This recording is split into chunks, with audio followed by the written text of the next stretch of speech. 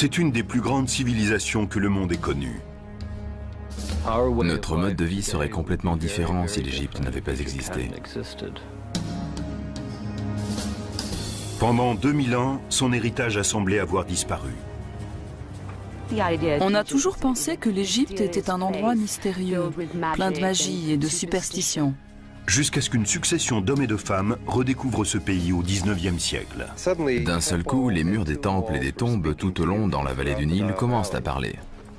C'est l'histoire d'une quête visant à retrouver le passé de l'Égypte et qui mêle découvertes célèbres et coups de chance, entreprises privées et publiques, fouilles épuisantes et technologies de pointe.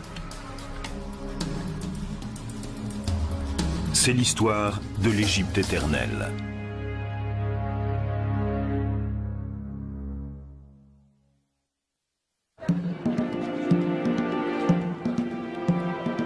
Le musée égyptien du Caire abrite quelques-uns des plus grands trésors de l'Antiquité. C'est un endroit fascinant à visiter. Ici, les autorités égyptiennes et des spécialistes de l'informatique ont uni leurs forces pour découvrir les secrets d'une civilisation.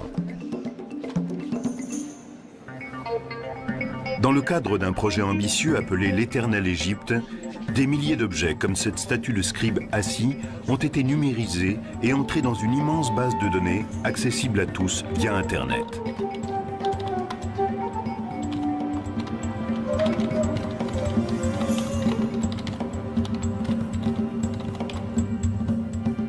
Tout comme l'égyptologie contemporaine, ce musée virtuel utilise les techniques les plus récentes. Mais le désir de percer les mystères, lui, ne date pas d'aujourd'hui.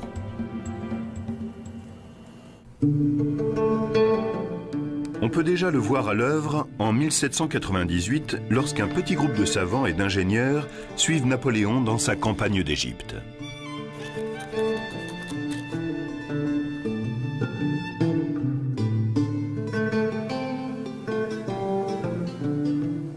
Napoléon se rendait compte que pour gouverner l'Égypte, il devait en savoir le plus possible sur ce pays.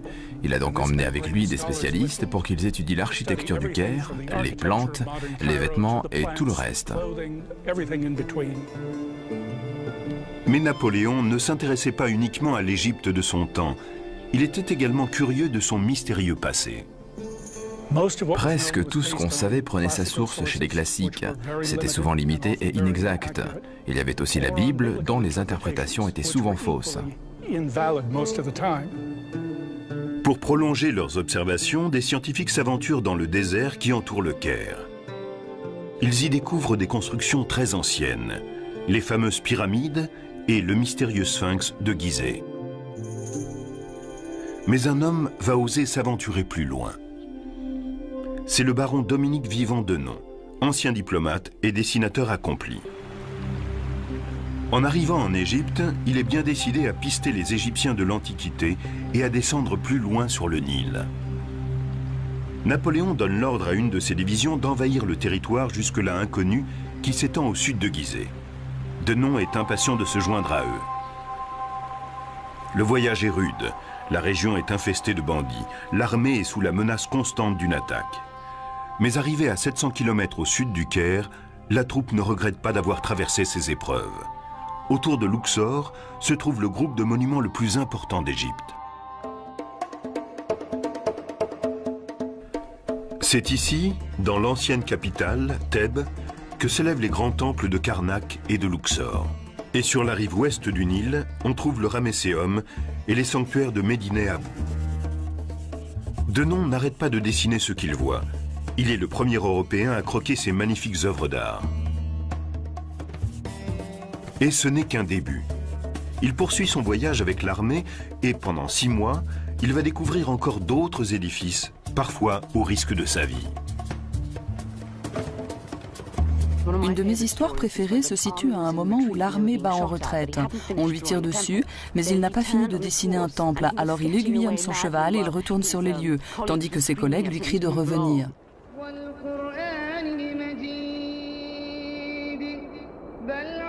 En juin 1799, Denon regagne le Caire, où une terrible surprise l'attend. La flotte britannique a vaincu les renforts français. L'expédition est un échec pour Napoléon. Le temps presse. L'empereur donne l'ordre aux savants qui restent sur place de continuer l'œuvre de Denon. Au cours des 2 années suivantes, cartographes, architectes, ingénieurs fouillent le pays et établissent une description de l'Égypte détaillée, héritage de l'expédition qui restera longtemps d'actualité. Voici la première édition de la description de l'Égypte publiée par le gouvernement français à la suite de la campagne de Napoléon en Égypte en 1798. Philippe Croum est le directeur de la bibliothèque de livres anciens de l'Université américaine du Caire. C'est une étape importante pour l'étude de ce pays. Cela n'avait jamais été fait auparavant. Il voulait vraiment apprendre le maximum de choses, le tout dans une perspective scientifique.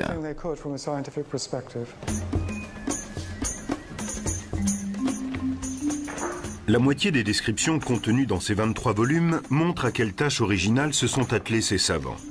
Établir un état des lieux du pays tel qu'il était il y a 2000 ans. L'autre moitié consiste en la première observation systématique de l'héritage antique de ce pays. On y trouve les croquis d'architecture détaillés de centaines de monuments. Thèbes et Luxor.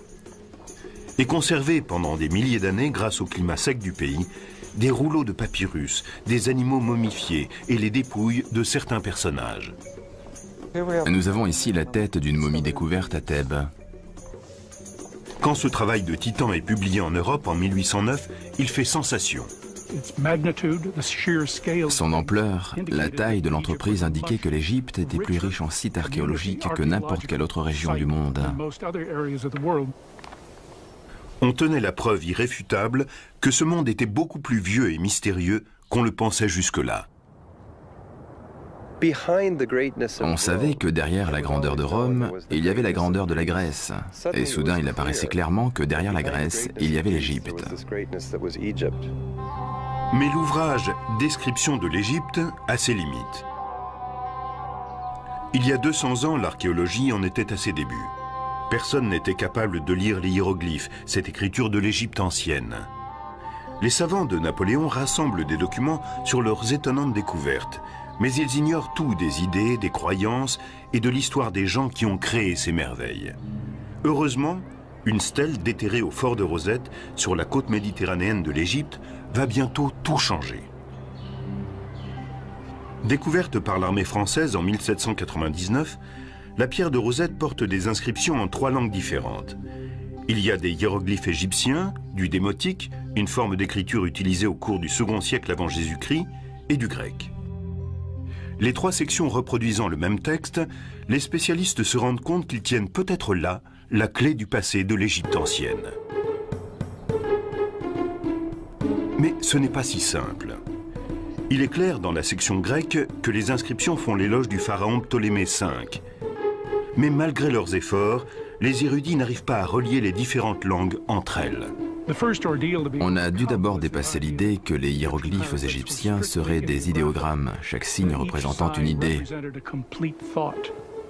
Un des premiers Européens à percer une partie de l'énigme est un savant britannique du nom de Thomas Young. 16 ans après la découverte de la fameuse pierre, Young comprend que le nom de Ptolémée, lisible dans la partie grecque, correspond à un groupe de hiéroglyphes entourés d'un ovale, ce qu'on appelle un cartouche.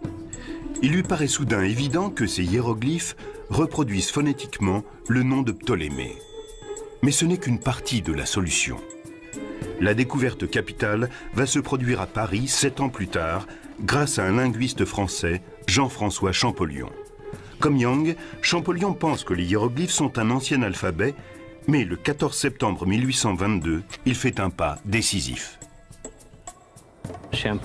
Champollion a compris que les hiéroglyphes étaient utilisés de façon différente. En particulier, certains reproduisent un mot phonétiquement, et à la fin, on a souvent un idéogramme ou un déterminatif qui donne un aperçu du mot entier. Certains signes représentent un son, mais donnent aussi une idée de ce qu'ils désignent. Par exemple, des jambes vont donner l'idée de mouvement. Si elles vont vers l'arrière, cela veut dire qu'on marche à reculons. Champollion veut partager sa découverte avec son frère et se précipite dans sa librairie toute proche. Il lance son travail sur le bureau de son frère. Ça y est, j'ai trouvé. Et s'évanouit aussitôt. Quand il revient à lui 4 jours plus tard, il commence à élaborer un dictionnaire et une grammaire d'égyptien ancien. Après 2000 ans de silence, les Égyptiens de l'Antiquité parlent de nouveau avec leurs propres mots. Les images engendrent des sons, les mots véhiculent des idées et tout un monde s'ouvre à nous. C'est le résultat de cette découverte stupéfiante. Tout est en place pour permettre les grandes découvertes de l'égyptologie.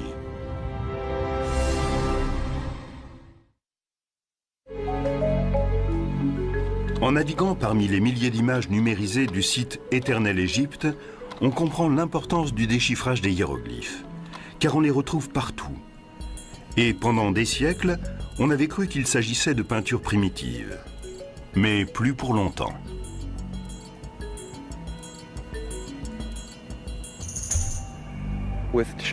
Champollion parvient à déchiffrer les hiéroglyphes et d'un seul coup, les murs des temples et des tombes tout au long dans la vallée du Nil commencent à parler. Il fallait donc aller collecter toutes ces inscriptions. Parmi les hommes qui entreprennent ce voyage, on trouve un jeune savant anglais, John Gardner Wilkinson. Profitant de la paix relative qui suit le départ de l'armée française, Wilkinson visite les sites les plus fascinants de l'Égypte antique. Comme les érudits de Napoléon 20 ans plus tôt, il recopie à la main des milliers d'inscriptions. Mais alors que ceux-ci devaient se contenter de reproduire les hiéroglyphes, il peut les lire. On découvrait ce qui intéressait les Égyptiens, quelles étaient leurs préoccupations. On s'est aperçu tout à coup que leur vérité était très proche de la nôtre. Wilkinson fait part de ses découvertes dans un ouvrage qu'il publie à son retour. À l'aide de détails frappants, il tente pour la première fois de reconstruire la vie quotidienne des anciens Égyptiens, leur organisation sociale, leurs croyances religieuses et leur histoire politique.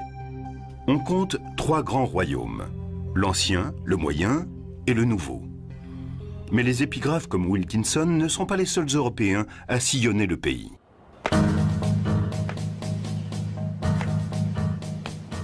Un certain nombre de collectionneurs descendent aussi la vallée du Nil. Ils s'essaient à l'archéologie, découvrent des sites inconnus et des trésors inestimables. Mais les fouilles qu'ils pratiquent sans discernement vont considérablement retarder les futures recherches. L'archéologie, c'est un peu comme un travail de détective. Sur une scène de crime, il faut d'abord enregistrer le moindre détail avant de bouger quoi que ce soit. Si vous entrez dans une pièce simplement pour en emporter des objets et des pans de mur, vous détruisez l'histoire que la pièce pourrait vous confier, que le contexte pourrait vous raconter. Un de ces aventuriers les plus étonnants est un ancien ingénieur hydraulique du nom de Giovanni Belzoni. Arrivé en Égypte en 1817, il remet très vite ses lettres de créance. Une des premières missions de Belzoni a été de transporter la tête colossale de Ramsès II, qui se trouvait à Thèbes. Elle faisait 3 mètres de long et pesait 7,5 tonnes. Belzoni entreprit de la faire sortir du temple sur des roulettes et de la transporter centimètre par centimètre jusqu'au Nil, à 3 km de là. Aujourd'hui, cette tête est une des plus belles pièces du British Museum. Mais Belzoni n'était pas seulement un chasseur de trésors. Désireux d'en savoir plus sur les Égyptiens de l'Antiquité, il pénètre dans la seconde des grandes pyramides de Gizeh. Il est l'un des premiers à traverser les rapides à Assouan et à entrer dans le magnifique temple de Ramsès le Grand à Abou Simbel. Mais c'est à son retour à Luxor qu'il fait sa découverte la plus étonnante.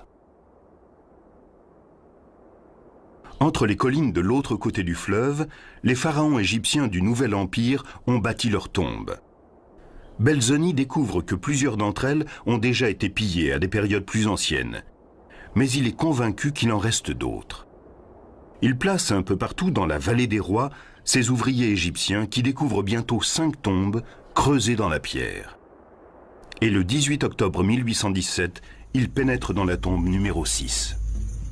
C'est peut-être le moment le plus intense de la vie de Belzoni quand il entre dans ses chambres funéraires. Kent Weeks est un égyptologue qui fait autorité dans le domaine des tombes antiques. Ce n'est pas uniquement une des plus grandes découvertes de Belzoni, c'est une des plus grandes découvertes qui ait jamais été faite dans la vallée des rois. Sans le savoir, Belzoni a découvert la tombe du père de Ramsès le Grand, le pharaon bâtisseur d'empire, Séti Ier.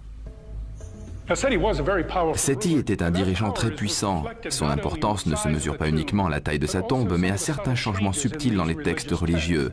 Ici, par exemple, nous trouvons des images d'étrangers comme s'il voulait dire « L'Égypte sous mon règne est devenue un grand empire qui couvre le monde. Nos dieux contrôlent non seulement ce qui se passe dans la vallée du Nil, mais ce qui se passe dans le monde entier. » À 135 mètres derrière la façade du temple, Belzoni découvre finalement la chambre funéraire de Seti. Ce plafond qui présente la vision égyptienne des cieux est ce qui a été peint de plus beau dans le Nouvel Empire. Cette tombe aussi a été dévalisée, mais les pillards ont laissé un trésor derrière eux. Un sarcophage superbement orné en albâtre translucide. Bien sûr, Belzoni l'a ramené en Angleterre et il s'est retrouvé au Soames Museum où il est exposé dans un coin sombre du sous-sol. C'est une fin plutôt triste pour un des objets peut-être les plus exceptionnels au monde. De retour en Angleterre, Belzoni loue une salle d'exposition à Londres pour partager ses autres découvertes avec un public fasciné. Belzoni était un homme de spectacle. Il a copié certaines parties de la tombe de Seti et les a assemblées, si bien que les visiteurs avaient l'impression de traverser la chambre funéraire du pharaon et de découvrir l'art égyptien de façon très intime. Cette exposition, le retentissement de l'ouvrage « Description de l'Égypte » et les conclusions des premiers épigraphes transforment la curiosité envers les anciens Égyptiens en véritable égyptomanie. C'est devenu une passion. Tout le monde se devait d'avoir chez soi des objets égyptiens. Il était même de bon ton d'avoir une salle égyptienne décorée dans le style des tombeaux. Et bien sûr, le commerce des antiquités a connu un développement sans précédent. Le marché des antiquités se développe pendant une trentaine d'années, jusqu'à ce que des archéologues éclairés tentent d'y mettre fin. L'un d'entre eux est l'ancien conservateur Auguste Mariette. Mariette estimait que les monuments anciens devaient être laissés en l'état sur les sites. Et s'ils devaient être exportés, il fallait au moins relever la façon dont ils étaient insérés dans leur contexte avant de les en arracher. Au début, Mariette est impuissant. Et puis, en 1851, la chance tourne avec une découverte faite par hasard. En explorant l'immense nécropole de Saqqara au sud de Gizeh, il remarque la tête d'un petit sphinx qui dépasse du sable. Cela lui rappelle l'avenue des Sphinx qui menait à la nécropole du légendaire taureau Apis. Les Égyptiens de l'Antiquité ont vénéré ces animaux sacrés pendant des millénaires. La découverte de ces tombes se révèle être d'une extrême importance. Mariette creuse pendant une année et son entêtement se révèle finalement payant. Mariette est arrivée devant une porte en grès qui était scellée. Il l'a enfoncée et est entré. L'égyptologue Salima Ikram est une spécialiste des pratiques funéraires de l'Égypte antique. Après avoir enfoncé la porte, Mariette a découvert une quantité de stylés en calcaire gravés par des rois, des roturiers, des tas de gens, et tout était dédié au taureau Apis. Après avoir passé l'entrée, Mariette se retrouve dans des galeries creusées dans le roc sur des kilomètres. Il découvre des chambres secondaires qui renferment des merveilles, comme d'énormes sarcophages de granit de plus de 80 tonnes chacun. On peut lire ici Apis, le fils bien-aimé d'Osiris qui lui donne la vie, l'éternité et la prospérité à jamais. À l'intérieur d'un de ces immenses cercueils, Mariette découvre les restes d'un taureau momifié enseveli au cours du règne de Ramsès le Grand. Cette découverte fait sensation et lui vaut bientôt d'être nommé à la tête du service des antiquités égyptiennes. Usant de son autorité, Mariette arrête toutes les fouilles en dehors des siennes et interdit l'exportation d'objets sans autorisation spéciale. Il crée un musée permanent pour sa nouvelle collection d'antiquités. L'égyptologie entre dans son âge d'or.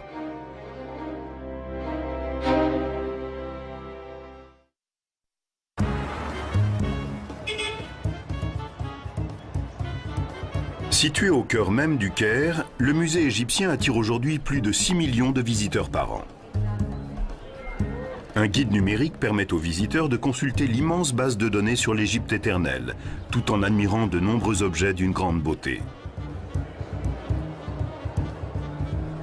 Cette façon de les regarder non comme des œuvres d'art, mais comme le témoignage d'une civilisation antique, a débuté à la fin du XIXe siècle grâce à la grande romancière anglaise Amelia Edwards.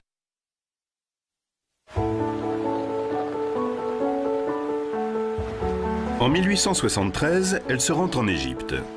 Comme beaucoup d'autres touristes, elle visite le plateau de Gizeh, émerveillée par ces édifices créés par la main de l'homme et fascinée par les gens qui les ont bâtis. Mais elle veut aller plus loin. Elle monte sur un bateau luxueux, un dahabaya, et commence une croisière de 1500 km sur le Nil. Mais plus au sud, elle est effrayée par ce qu'elle voit. Malgré les efforts de Mariette pour préserver les richesses de l'Égypte, les touristes défigurent encore les monuments. Et les archéologues amateurs dégradent les inscriptions qu'ils cherchent à déchiffrer.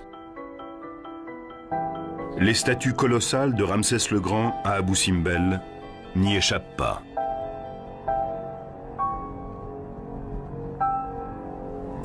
Quelqu'un a fait un moulage en plâtre du visage de Ramsès et a laissé des traces blanches de plâtre derrière lui. Ce n'était bien sûr pas très heureux esthétiquement. Alors, Amelia Edwards a donné l'ordre à des gens de faire des tonnes de café dont elle a aspergé la statue. Ainsi, le plâtre a-t-il été teint de la même couleur que la pierre. Mais cela ne sera pas sa seule action. À son retour, elle lance une campagne pour faire connaître au public les Égyptiens de l'Antiquité et crée une société historique connue sous le nom de Fonds d'exploration égyptien. Ces fonds encourageaient l'archéologie propre. On ne pouvait faire des fouilles sur un site et se contenter de mettre des objets dans une caisse à destination d'un musée. Vous deviez étudier le contexte dans lequel ils se trouvaient pour les analyser ensuite en fonction de leur cadre historico-culturel. On trouve parmi les premiers protégés de cette fondation un jeune topographe britannique du nom de Flinders Petrie. En 1881, Petrie arrive en Égypte pour étudier la grande pyramide de Gizeh, dont certains disent qu'elle est trop parfaite pour avoir été construite par des humains. Il constate bientôt que la pyramide, tout admirable qu'elle soit, possède toutes les imperfections qu'on retrouve dans les anciennes constructions.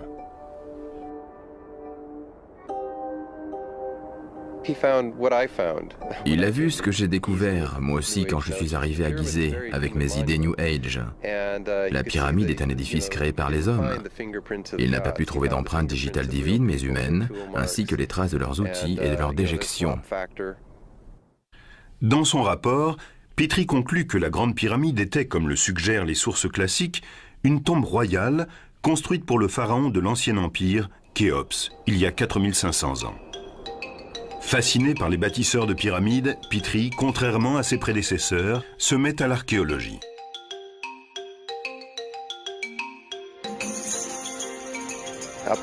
Jusque-là, les égyptologues s'étaient concentrés sur les inscriptions qu'ils trouvaient sur les temples et les pyramides. Mais de même qu'on ne peut pas comprendre la société américaine en se contentant d'aller à Washington et d'en décrire les monuments, Petrie s'était rendu compte qu'on ne comprend pas une civilisation sans en connaître la vie quotidienne. Pour déchiffrer ce quotidien, Petrie étudie tout ce qu'il ramène de ses fouilles, que ce soit un fragment de poterie ou un trésor inestimable. Le plus important dans le travail de Petrie, c'est qu'il insiste en permanence sur le contexte archéologique. Ce n'est pas tant ce qu'on trouve qui est important, que l'endroit où on le trouve et tout ce qu'il y a autour. À travers son approche révolutionnaire, Petrie développe une technique de datation très sophistiquée qui va lui permettre de faire des découvertes remarquables au cours des 40 années suivantes. À Thèbes, il déterre une stèle dont l'inscription fait référence pour la première fois à la tribu d'Israël. Au nord de Luxor, à Nagada, il trouve des milliers d'anciennes tombes, dernières demeures des tout premiers habitants de la vallée du Nil. Cela lui permet d'éclairer 10 siècles d'une histoire jusque-là totalement inconnue, celle de la période qui précède la première dynastie des souverains d'Égypte. Et il n'est pas le seul. Un nombre grandissant d'égyptologues travaillent à présent dans la vallée du Nil, et eux aussi font des découvertes essentielles. Une plaque de pierre qui raconte l'histoire du premier pharaon de l'Égypte unifiée. Des tablettes d'argile qui se révèlent être des lettres diplomatiques datant d'il y a 3000 ans. Et la seule statue connue de Khéops, le pharaon de l'Ancien Empire pour qui a été construite la Grande Pyramide. Une des découvertes les plus fascinantes est pourtant faite à Luxor par les Égyptiens eux-mêmes.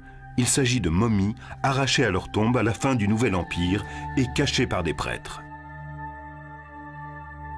Parmi elles, celle de quelques personnages royaux majeurs, tels Séti Ier, dont Belzoni s'était emparé du sarcophage, et celle du plus célèbre de tous les pharaons, Ramsès le Grand.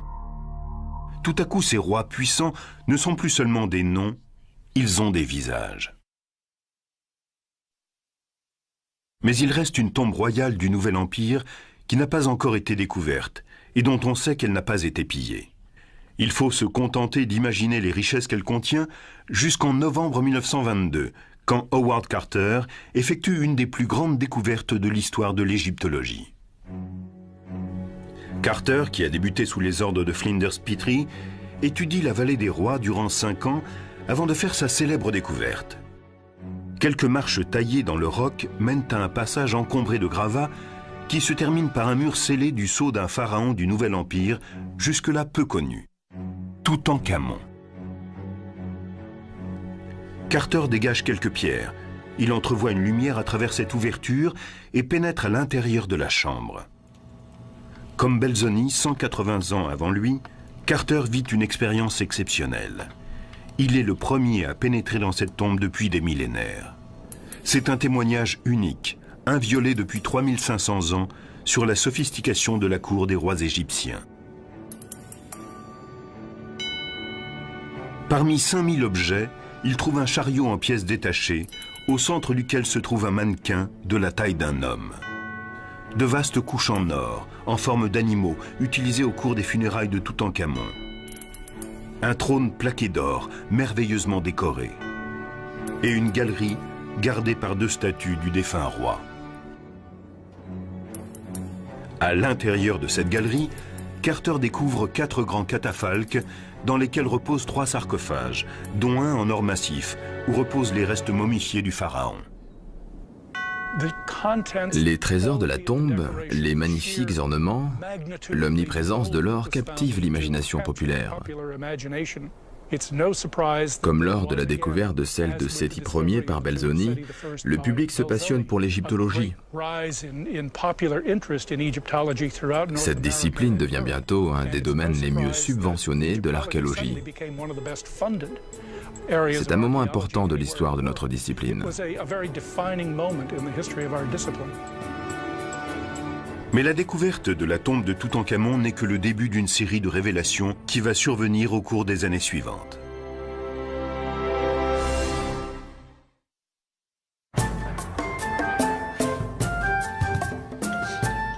La découverte de la tombe de Toutankhamon inaugure une ère sans précédent dans l'activité archéologique de la vallée du Nil. Un événement important a bientôt lieu en 1939, près de la ville de Tanis, située dans le delta du Nil.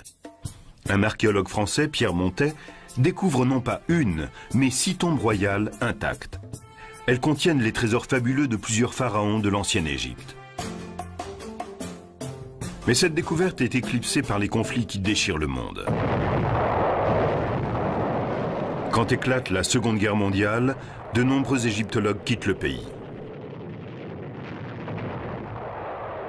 13 ans plus tard, la révolution égyptienne fait table rase de la domination européenne.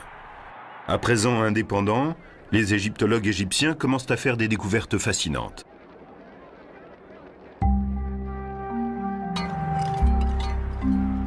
L'une des plus étonnantes a lieu à l'ombre de la Grande Pyramide de Gizeh, quand un inspecteur des antiquités égyptiennes, Kamal el-Malak, retrouve cette barque en bois vieille de 4500 ans qui appartenait au pharaon Khéops.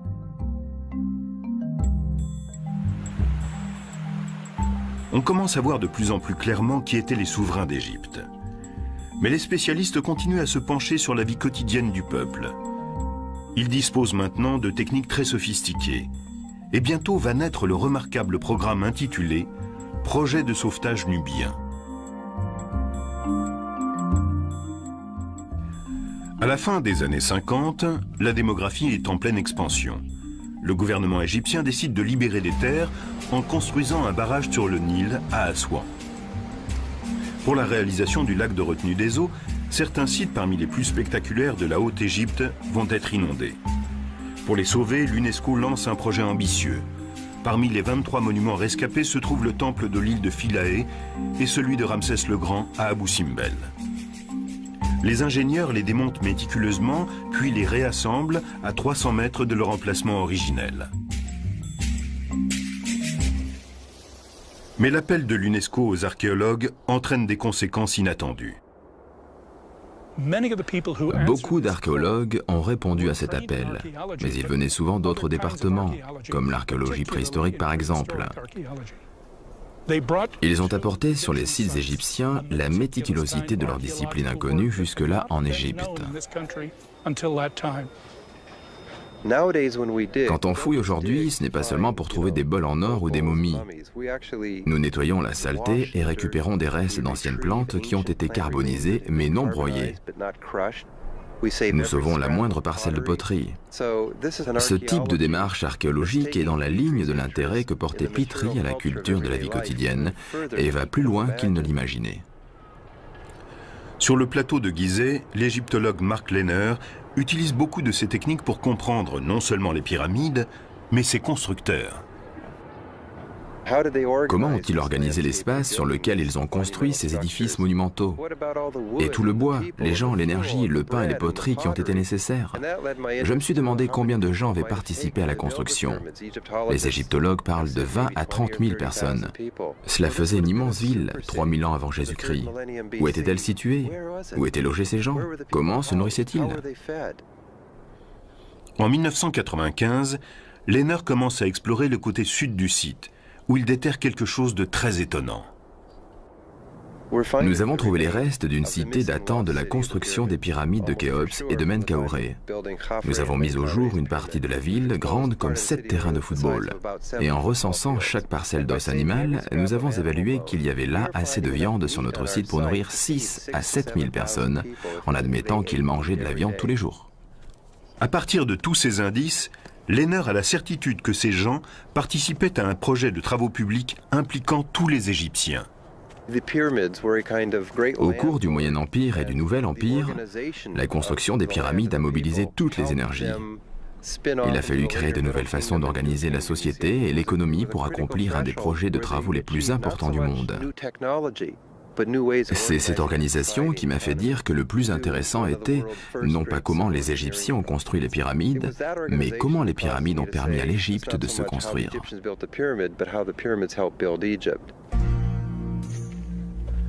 Pendant ce temps, le directeur du service des Antiquités, l'Égyptien Zahi Hawass, effectue des fouilles dans un site tout proche. Depuis des années, il soupçonne la présence d'une nécropole de l'Ancien Empire. Les premières fouilles ne mènent à rien. Puis, en 1990, un terrible accident va tout changer. Une Américaine galopait par là quand son cheval a posé la patte dans un trou au-dessus de la première tombe. On m'en a informé, et quand je suis venu, j'ai dit « Ça y est, on tenait les tombes des constructeurs des pyramides ». Après 15 années de fouilles, Zahi Hawass déterre plus de 600 squelettes et pose un visage humain sur ces ouvriers de l'Antiquité. L'étude des squelettes nous a permis d'établir que la taille moyenne d'un Égyptien de l'Antiquité était de 1,60 m à 1,85 m. Les hommes comme les femmes avaient le dos déformé car ils portaient de lourdes charges. Ils mouraient jeunes, vers 30-35 ans. La nécropole contredit l'idée selon laquelle seuls les pharaons étaient enterrés dans des pyramides.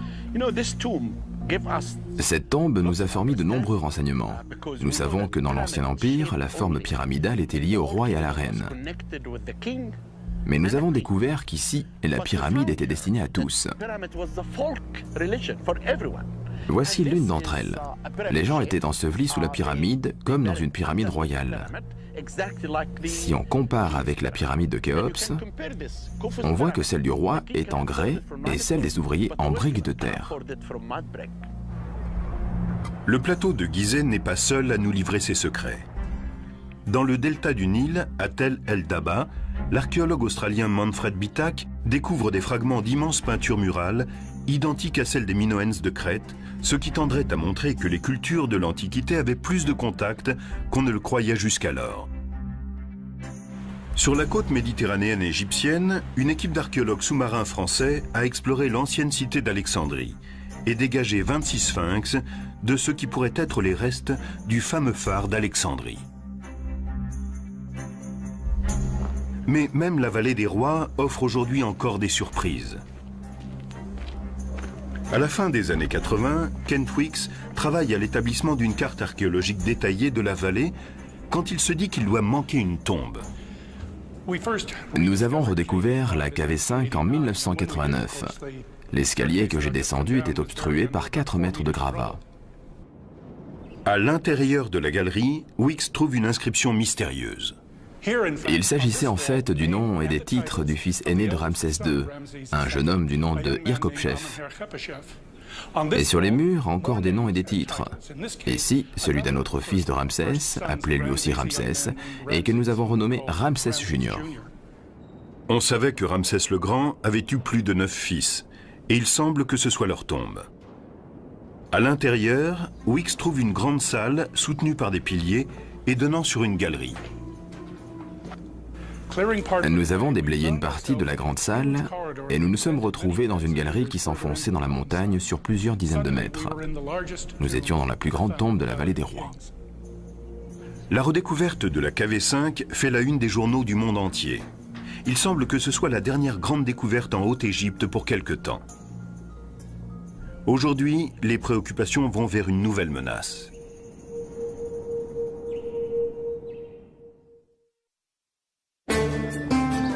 Au cours des 200 dernières années, on a assisté à des avancées stupéfiantes dans la connaissance des Égyptiens de l'Antiquité. Leurs monuments ont été fouillés, leur langage déchiffré, leur religion et leur système politique analysés. Nous avons maintenant une vision précise de cette ancienne civilisation et de ce qu'elle nous a légué. La culture égyptienne est à la base de la culture occidentale contemporaine. Nous sommes leurs descendants. Personne ne doute qu'il y ait encore beaucoup à découvrir. Mais pour l'instant, les égyptologues se consacrent à la préservation plus qu'aux fouilles. Les Égyptiens ont construit leur temple en pierre. Ils pensaient logiquement qu'il serait éternel. Mais nous avons découvert récemment que ce matériau peut aussi être très fragile. Dans toute l'Égypte, les édifices que le désert a protégés pendant 3000 ans tombent en ruine à cause de la pollution industrielle, de l'irrigation excessive, de l'accroissement de la population et du tourisme de masse. Le tourisme de masse est nocif pour les monuments égyptiens. Quelqu'un qui entre dans la grande pyramide y apporte 20 grammes d'eau contenant du sel.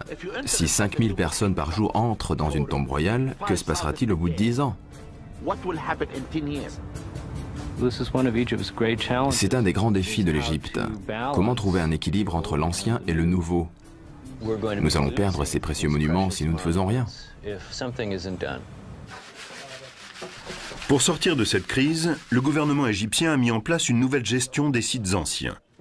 Il a limité les fouilles au sud du delta du Nil. Il privilégie les projets de documentation et de conservation, comme l'étude épigraphique de Luxor, dirigée par l'égyptologue Ray Johnson.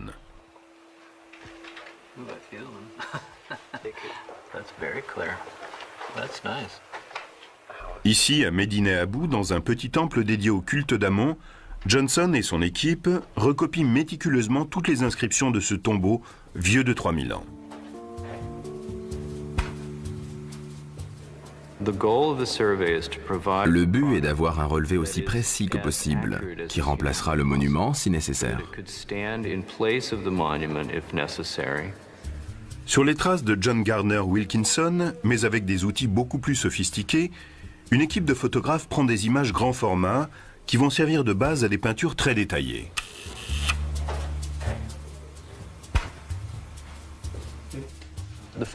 Le photographe ne montre pas tout. Les détails invisibles sont rajoutés par la suite. À la Chicago House de Luxor, les dessins au crayon sont ancrés avant d'être immergés dans des bains d'iodine qui dissolvent la photo mais laissent le tracé de l'encre.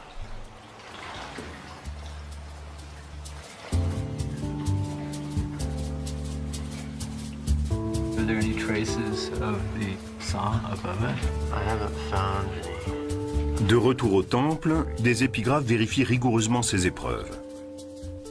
Et quand Johnson est totalement certain de leur exactitude, elles sont envoyées à Chicago pour être publiées. Il faut 30 ans pour copier l'ensemble d'un temple, mais le résultat est remarquable. Ils ont préservé les informations gravées dans les murs pour l'éternité. C'est conservé pour la nuit des temps. C'est aussi le besoin urgent de tout recenser qui anime le Centre de documentation de l'héritage culturel et naturel, ou CULTNAT, créé par le gouvernement égyptien. Nous essayons de préserver notre histoire grâce à la technologie et de rassembler un maximum de documents pour l'avenir. En 2001, le CULTNAT, en partenariat avec IBM, a créé le projet Éternel Égypte.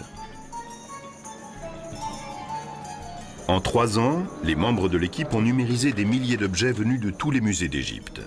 Et ils ont établi des connexions entre eux. Il n'y a pas d'éléments sans intérêt dans la culture égyptienne. Ils sont reliés les uns aux autres. Ils forment une même histoire qui s'étend sur 5000 ans. D'anciens objets, comme le scribassi, ont été virtuellement restaurés et recréés, tels qu'ils étaient sans doute à leur création. On ne se rend pas compte que l'Égypte ancienne était un des endroits où on utilisait les couleurs les plus vives. Une grande part de notre travail de restauration et de reconstruction en 3 dimensions a consisté à redonner aux objets leur couleur. On va plus loin encore. Dans leur description de l'Égypte, les savants de Napoléon ont tenté d'imaginer comment les monuments d'Égypte apparaissaient à leur époque. Des images infographiques de pointe peuvent aujourd'hui nous le montrer. La caméra tourne autour de la seconde cour d'Amenhotep, puis elle parcourt de long en large la colonnade. La technologie va de plus en plus vite et permet aujourd'hui de placer un visiteur en immersion. Avec la technologie en 3 dimensions, les responsables médias du projet ont créé des maquettes interactives de plusieurs sites de l'Égypte. Elles ne les montrent pas seulement comme ils sont aujourd'hui, mais aussi comme ils étaient sans doute lors de leur achèvement. Ici, une image sans précédent du temple de Luxor, il y a 3500 ans, et du plateau de Gizeh, 1000 ans plus tôt.